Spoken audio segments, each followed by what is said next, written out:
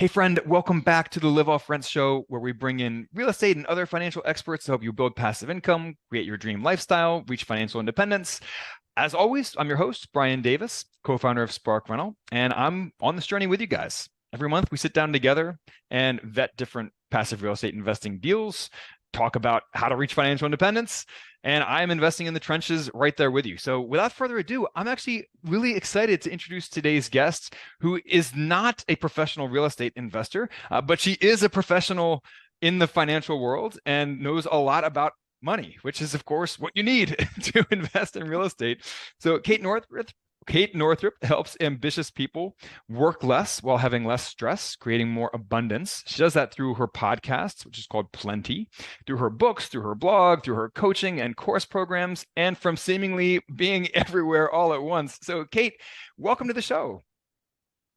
Hi, thanks for having me. Yeah, so I ask our guests normally how they got into real estate in the first place. And a few minutes ago when we were chatting before hitting the record button, I said, "Oh, well, we don't have to do that today since you're not a professional real estate investor." And you were like, "No, no, no, I actually do invest in real estate." So let's start there. Let's start there. I mean, I make my income through my online business, through selling digital courses and books and, doing affiliate programs and stuff. But I'm such a firm believer, and I see this so often in my industry, that like when we become entrepreneurs, it is very frequent that we just like get back on the rat race, but just like in a different way. And there's so many people I know in my industry, influencers, online personalities who are just basically living launch to launch or sponsorship deal to sponsorship deal.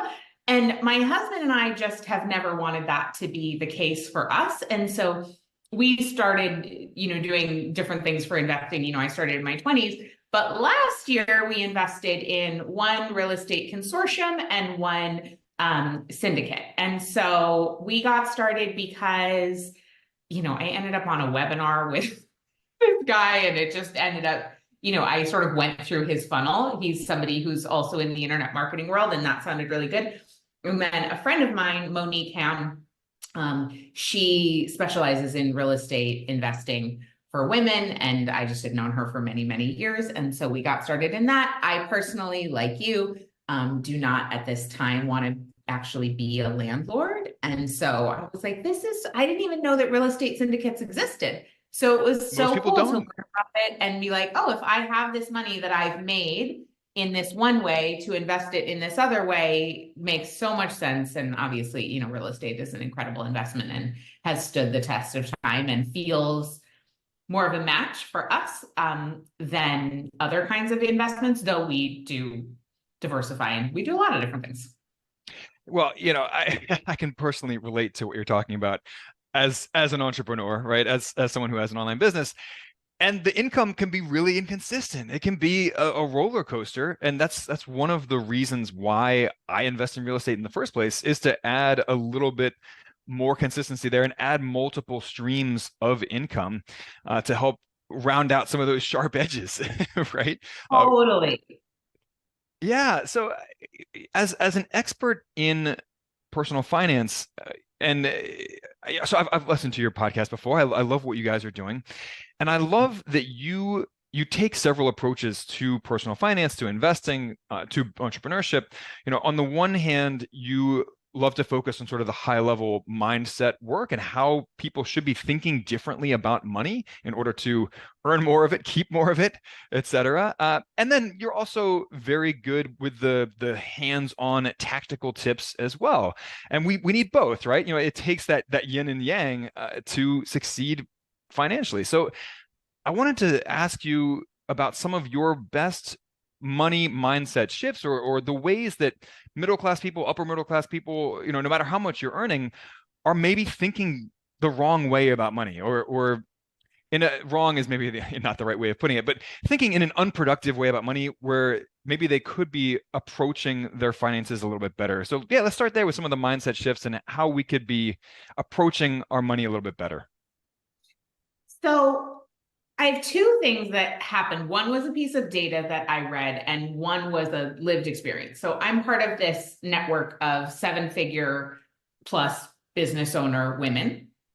And I was at a live event and we were doing an exercise, and I was shocked by the number of women who were sharing that one of the things they wanted to heal or release in their life was financial anxiety. And I was like, okay, if I am sitting in a room with the highest earning women in the United States, at least, not billionaires, but million and multi-million dollar businesses, that is Yeah, like very successful business owners. very small percentage of all people, but certainly of women entrepreneurs.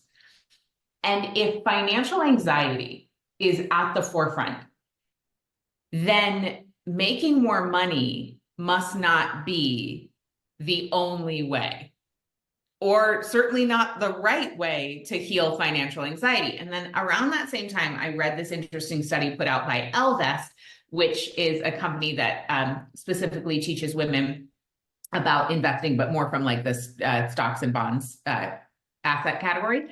And they said that of women making $250,000 plus a year, so again, high income, Absolutely. 5% of them don't feel financially confident. Okay, so with this two pieces of information, I was like, we're all out here thinking that the solution to feeling more secure, the solution to feeling more abundant, the solution to feeling more free is adding more money. But obviously, my casual data gathered at an in-person event and this data published from the study is not supporting that. And what I find is that some of the highest earning entrepreneurs I know, there's this deep sense that it's never enough. And they wouldn't necessarily articulate that, but because we live in a culture that is very focused on more is more is more, we really can lose track of what actually is enough, and also of how to finally feel like there's enough inside of us. And so that's where the energetic work comes in. And what I mean by the energetic work is that the way we feel about money is more important in some cases than what we're actually doing. Because what we know is that our thoughts around money, by the time we have a thought, which is like, oh no, there's not enough this month, or I want to make that investment, but I don't have enough in my account, or oh gosh, the market is sliding. Am I going to lose all my, whatever thought we're thinking, that actually is triggered by an emotional sensation. And an emotion is a sensation in our body. If we're feeling fear, if we're feeling anger, if we're feeling joy, if we're feeling excitement, all that is a physiological experience that we have labeled with a certain name for a feeling. Before that physiological experience even happens, what we know is that our autonomic nervous system, which is the part of our body that is mitigating literally every single system, our immune system, our endocrine system, our reproductive system, our metabolism, like every system is foundationally linked to the health of our nervous system. If our nervous system feels threatened or triggered, it will cause a sensation of fear in the body, and then our mind comes in and backs that up with thought. So when we talk about mindset work, I really want to highlight that it is not as simple as just change your thoughts. We have to go further upstream and understand that there's deep unconscious programming that is governing our relationship with money. And if we don't go to the source of that, no matter how much money we make, we will never be able to actually experience freedom, security, safety, the things that we think money will create for us if we don't go back and heal the root cause that is causing the feeling of scarcity. So money, after our basic needs are met, more money will not fix our feelings about money. We can only do that in our body. And then what I have found is, because money is relational, right? Like we earn money, we make money, money comes into our lives because somebody made a decision to give it to us, right? Like it's all transactional between, yes, I know sometimes it's companies, but there are human beings at companies making decisions about where to deploy the funds. So our economy is fundamentally relational between human beings in an exchange.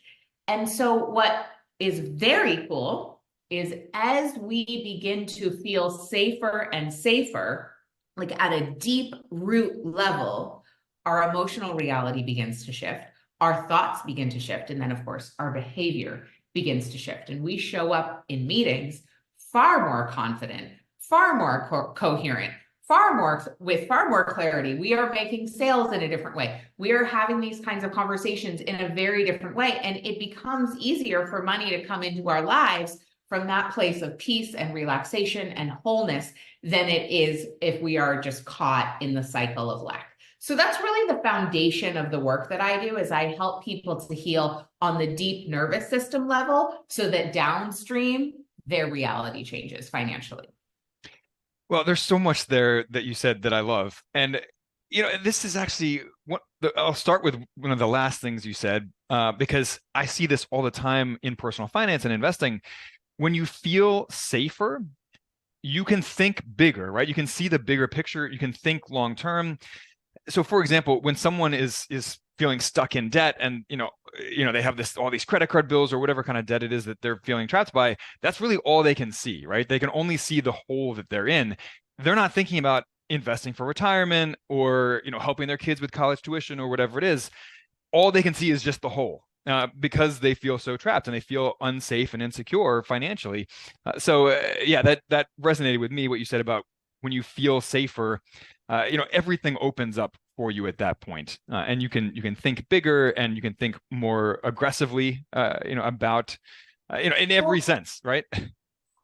And literally what you just said, I just want to point to the science behind it, which is that when we feel threat, our peripheral vision narrows and we can only see what's directly in front of us. But when our nervous system is regulated and we are in a lovely parasympathetic state, rest, digest, tend, and befriend, my friend Emily calls it stay and play, that sense is like, oh, things become possible. And our left brain and our right brain begin to interact in this way. We actually have more access to intuition and creativity and aligned problem solving.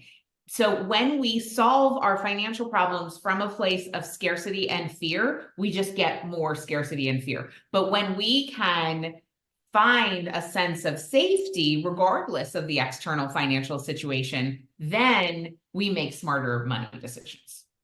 Yeah, and it's something we've all heard many times, that most of us make decisions emotionally and then we justify them through logic, right? But if you are caught up in those emotions of fear and scarcity, then that's how you're going to make all your decisions, financial and otherwise, right? Your career decisions, your entrepreneurial decisions, if you are an entrepreneur, your investing decisions, which is not where you want to be, right? So I love that. And you also talked about how earning more money is not necessarily the solution.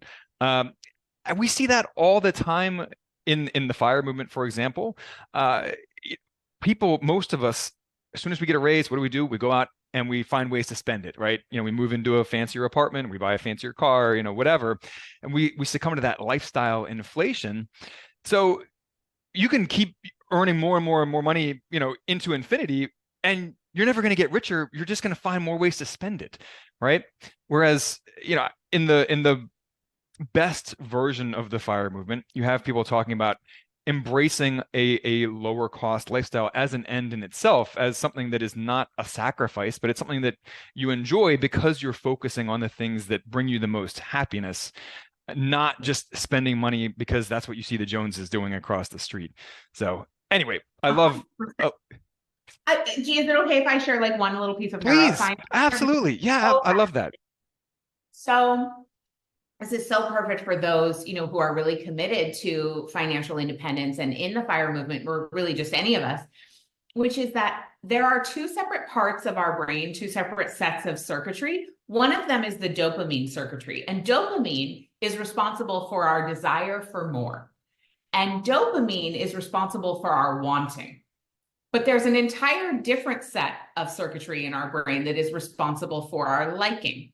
So that is the here and now circuitry. That has to do with our relationality, our ability to create meaningful connection with other humans, oxytocin, the endocannabinoid system. So it's really important to understand that our desire for more is actually fundamentally at odds with our ability to enjoy our lives in the here and now. And so the name of the game is like, yes, have your desires for sure. Like we get to want what we want.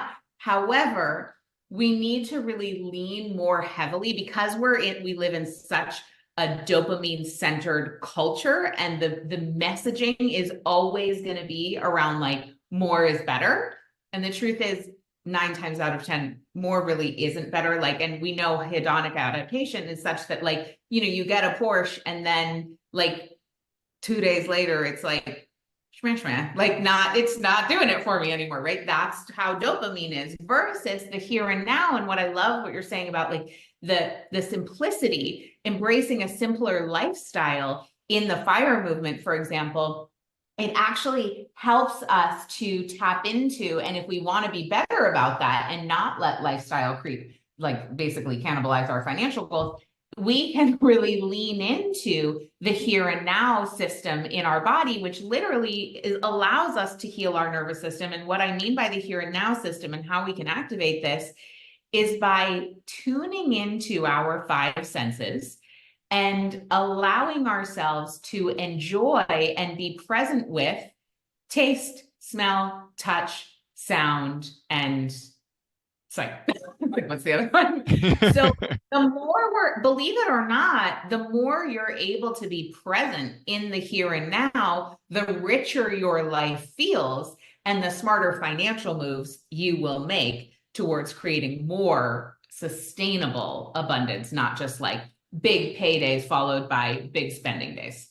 Right.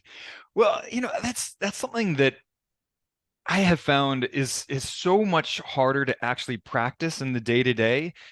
You read personal finance books and you listen to podcasts, and that we all want to be living in a place of abundance, right? And not in a place of stress or fear. But I mean, I feel it myself all the time. I can get caught up in, oh my gosh, what if we're not earning enough money this month? What's going to happen to this and that? So do you have any tips for when you are feeling that stress and fear in the moment and you're feeling kind of caught up in that cycle of it? Because it can be so self-reinforcing, right? So it's totally self-reinforcing. And so go ahead. Sorry. No, I was just going to ask, so do you have any tips? I don't know what the question. Yeah, so how do you get out of that cycle of fear and stress around money, or really around anything else, to get to a better emotional place of satisfaction and calm and around money? Yeah, I mean, this is like the question. And so it takes some practice. And this is why, I run longer term programs, because it is literally a process of rewiring our circuitry. So our circuitry is based in it's survival circuitry, right? So the way our brains and our nervous systems are wired is really quite primitive. Meaning like we're wired wonderfully to outrun a saber-toothed tiger, Right. but like not so great to survive a difficult conversation with our boss, right?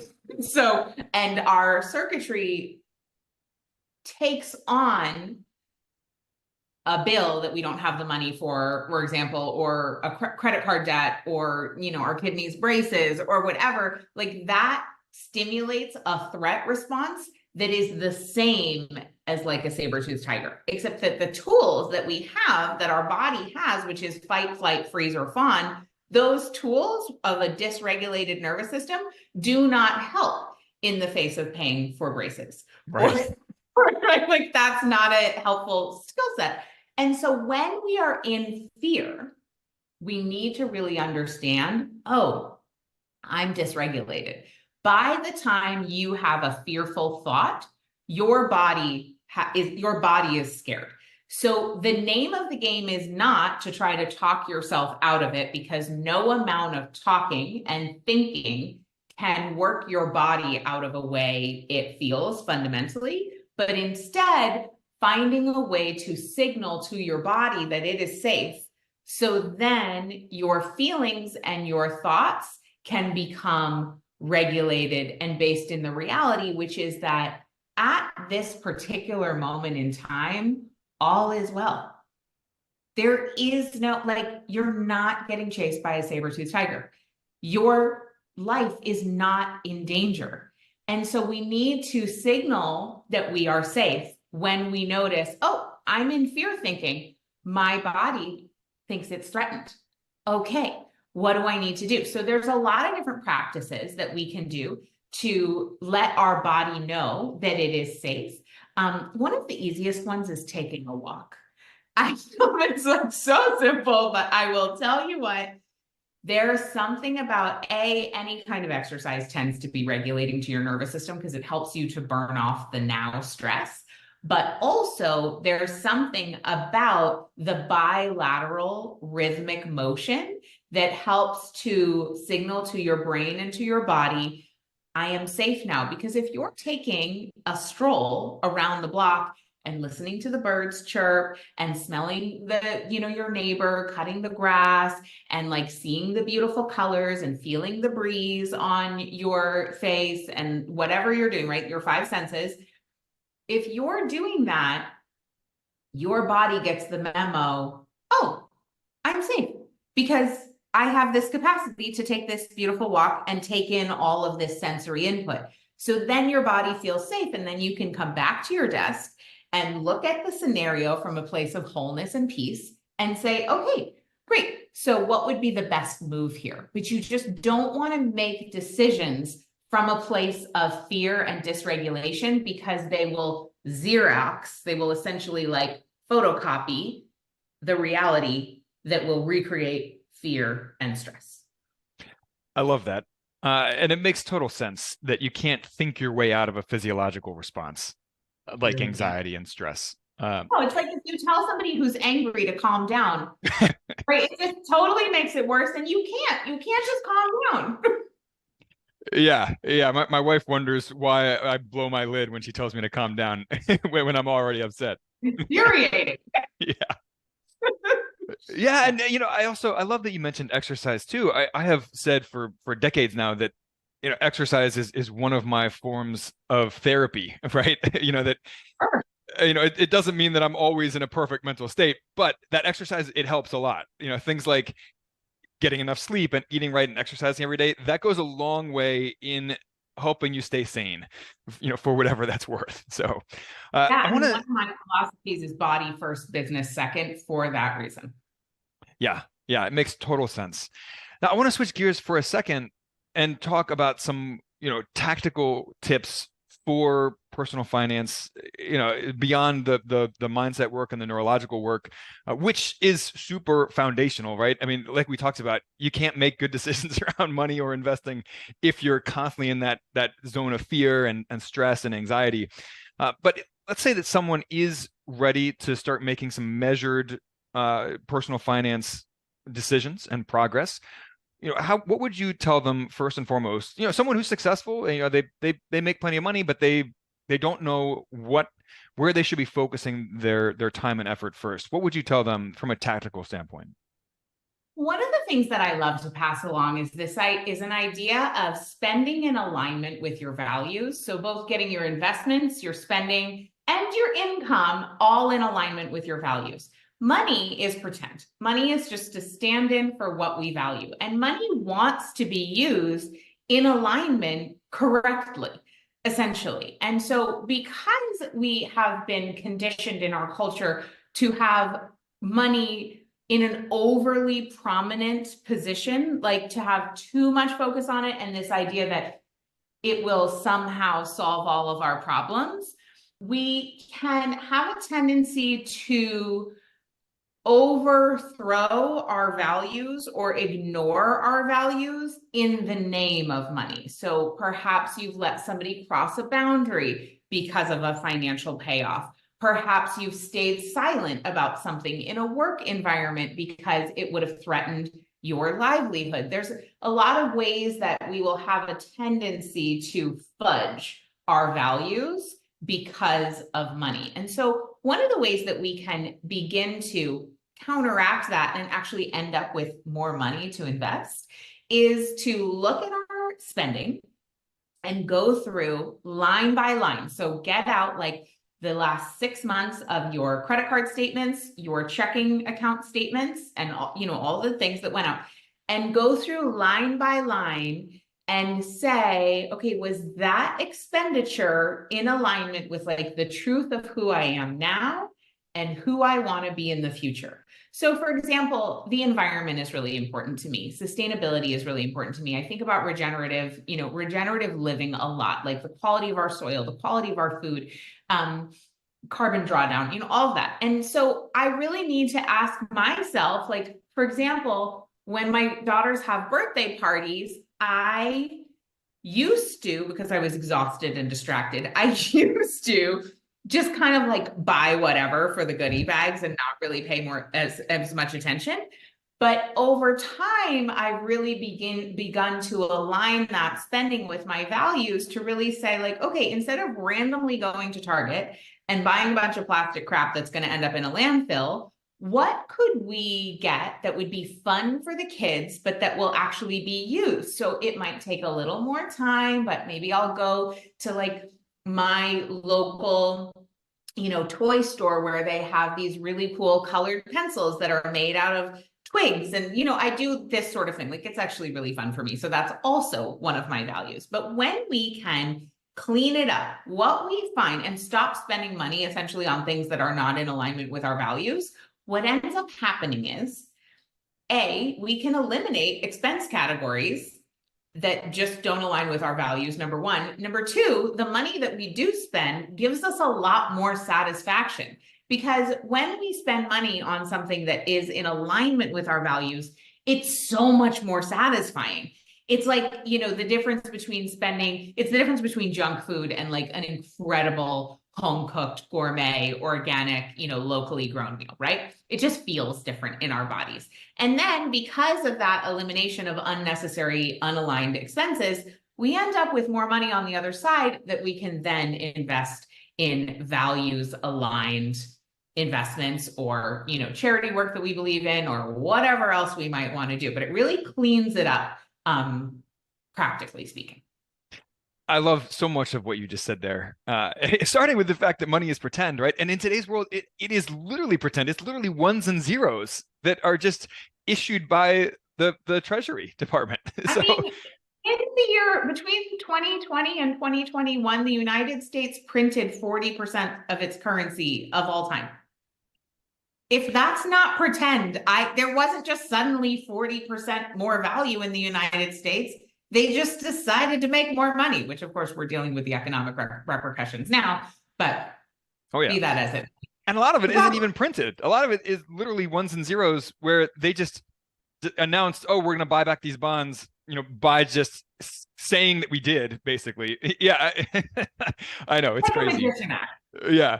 But, I love what you said about spending being in alignment with your values. And that is a core theme on this show, and what my partner and I talk about all the time is lifestyle design and intentionality in designing your perfect life. So, for example, my wife and I, our only physical things that we own are things that can come with us in a suitcase when we move countries. I mean, that's it, which is, I love. I absolutely love that. So anyway, where can people learn more about you and connect with you if they want to work with you in solving some of their money issues and getting to a healthier place financially?